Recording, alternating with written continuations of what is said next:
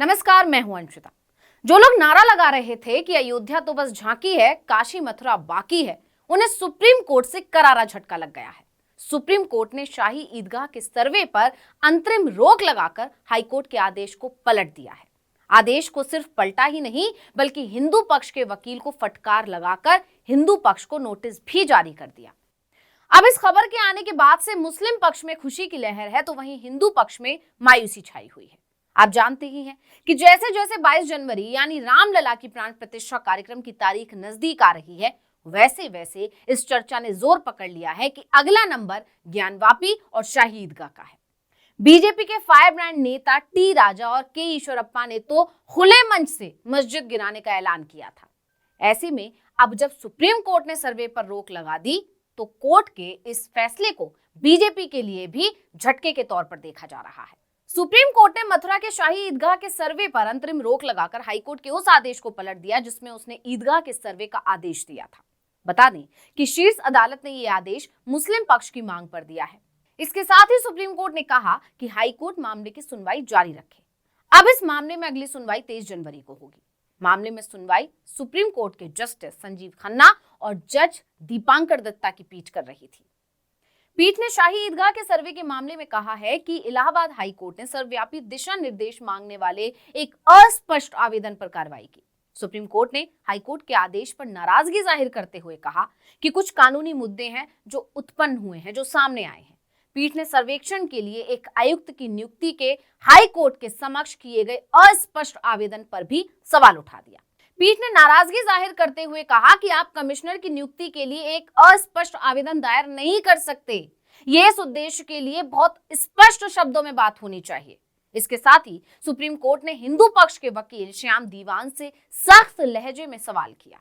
Court ने पूछा कि क्या कोई आवेदन इस तरह से दायर किया जा सकता है?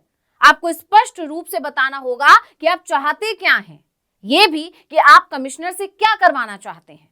इस पर गौर करने के लिए सब कुछ कोर्ट पर नहीं छोड़ा जा सकता। हाई कोर्ट के आदेश को पलटने के साथ ही सुप्रीम कोर्ट ने हिंदू संस्थाओं को भी नोटिस जारी कर दिया। पीठ ने शाही ईदगाह के सर्वेक्षण पर हाई कोर्ट के आदेश के खिलाफ मस्जिद समिति की याचिका पर हिंदू संगठन, भगवान श्री कृष्ण विराजमान और अन्य से जवाब मांगा। मामले की सुनवाई के दौरान कोर्ट ने कहा कि हाई कोर्ट याचिकाओं के सुनवाई योग्य होने के खिलाफ मस्जिद पक्ष की याचिकाओं को सुने। कोर्ट ने यह भी साफ किया कि हाई कोर्ट को अभी सर्वे का आदेश नहीं देना था। बता दें कि मथुरा के श्री कृष्ण जन्मभूमि मंदिर केस में इलाहाबाद हाई कोर्ट ने 14 दिसंबर 2023 को फैसला सुनाया था। तब हाई कोर्ट ने शाही ईदगाह मस्जिद के विवादित स्थल पर सर्वे को मंजूरी दी थी। कोर्ट ने विवादित जमीन का सर्वे एडवोकेट कमिश्नर के जरिए कराए जाने की मांग को भी मंजूरी दे दी थी।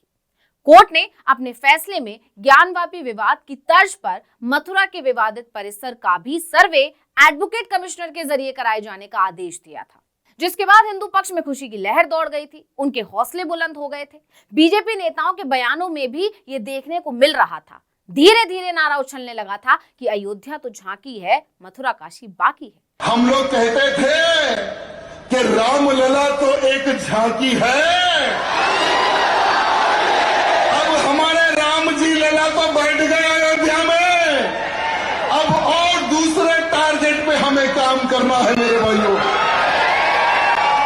अब मथुरा में भी जो कलंक लगा हुआ है, जो इल्लीगल जो ढांचा बना हुआ है ज्ञानवापी का, वो भी टूटने वाला है मेरे मित्रों। लेकिन सुप्रीम कोर्ट का आदेश आने के बाद अब जानकार दावा कर रहे हैं कि हाई कोर्ट के फैसले को पलटकर सुप्रीम कोर्ट ने हिंदू संगठनों, बीजेपी नेताओं के अरमान कुछ ठंडे कर दिए। आप जानते ही हैं कि राम मंदिर बाबरी मस्जिद मामले में सुप्रीम कोर्ट का आदेश आने के बाद से ज्ञानवापी और शाही ईदगाह मामला गरमाने लगा था। पहले ज्ञानवापी मामले को लेकर हिंदू पक्ष कोर्ट पहुंचा, फिर शाही ईदगाह मामले को लेकर हिंदू पक्ष ने कोर्ट का दरवाजा खटखटा दिया। बता दें कि भगवान श्री कृष्ण विराजमान और 7 अन्य लोगों ने इलाहाबाद हाई कोर्ट में याचिका दायर करके एएसआई सर्वे की मांग की थी। याचिका में दावा किया गया था कि भगवान श्री कृष्ण का जन्म स्थान शाही ईदगाह मस्जिद के नीचे है। उनकी दलील थी कि वहां कई निशानियां हैं जो स्थापित करती हैं कि मस्जिद एक हिंदू मंदिर था। वहां कमल के आकार का स्तंभ मौजूद है, जो हिंदू मंदिरों की विशेषता है, यानी हिंदू मंदिरों में ही इस तरह का आकार पाया जाता है। इसके अलावा वहां शेषनाग की एक छवि भी मौजूद है। उन्होंने जन्म वाली रात भगवान कृष्ण की रक्षा की थी। इस तरह की तमाम दलीलें लगाई गई थी। हाईकोर्ट ने याचिका पर सुनवाई के बाद सर्वे का आदेश दे दिया। मुस्लिम पक्ष के लिए ये एक बड़ी हार थी। उसने इलाहाबाद हाई कोर्ट के फैसले के खिलाफ सुप्रीम कोर्ट का दरवाजा खटखटा दिया। अब मुस्लिम पक्ष की उसी याचिका पर सुनवाई करते हुए सुप्रीम कोर्ट ने हाईकोर्ट के आदेश पर रोक लगा दी है। साथ ही हाईकोर्ट को आदेश दिया है कि पहले मुस्लिम पक्ष की सुने। हालांकि शाही ईदगाह कमेटी ने सभी मामले इलाहाबाद हाईकोर्ट ट्रांसफर करने का भी विरोध किया है। बावजूद इसके अब मामले में अगली सुनवाई 23 जनवरी को होगी। देखना होगा कोर्ट क्या फैसला सुनाता है। फिलहाल 22 जनवरी को होने वाले कार्यक्रम से पहले सुप्रीम कोर्ट के इस आदेश ने हिंदू पक्ष को करारा झटका दे दिया है, जबकि जानकारों का यह भी मानना है कि सुप्रीम कोर्ट के आदेश ने हिंदू पक्ष से ज्यादा बीजेपी को झटका दिया है। कहीं ना कहीं इससे यह संकेत मिल गया है कि बीजेपी चाहे कितना ही हल्ला मचा ले, मंच से चिल्ला चिल्ला कर मस्जिदों को गिराने की बात कर ले, लेकिन अंतिम फैसला तो सुप्रीम कोर्ट के हाथ में ही है। वो जब चाहे फैसला पलट सकता है। अब जानकार कह रहे हैं कि सुप्रीम कोर्ट के इस आदेश के बाद कहीं ना कहीं मुस्लिमों का विश्वास भी कोर्ट के प्रति बढ़ा है। उन्हें उम्मीद है कि कम से कम कोर्ट तो उन्हें सुन रही है।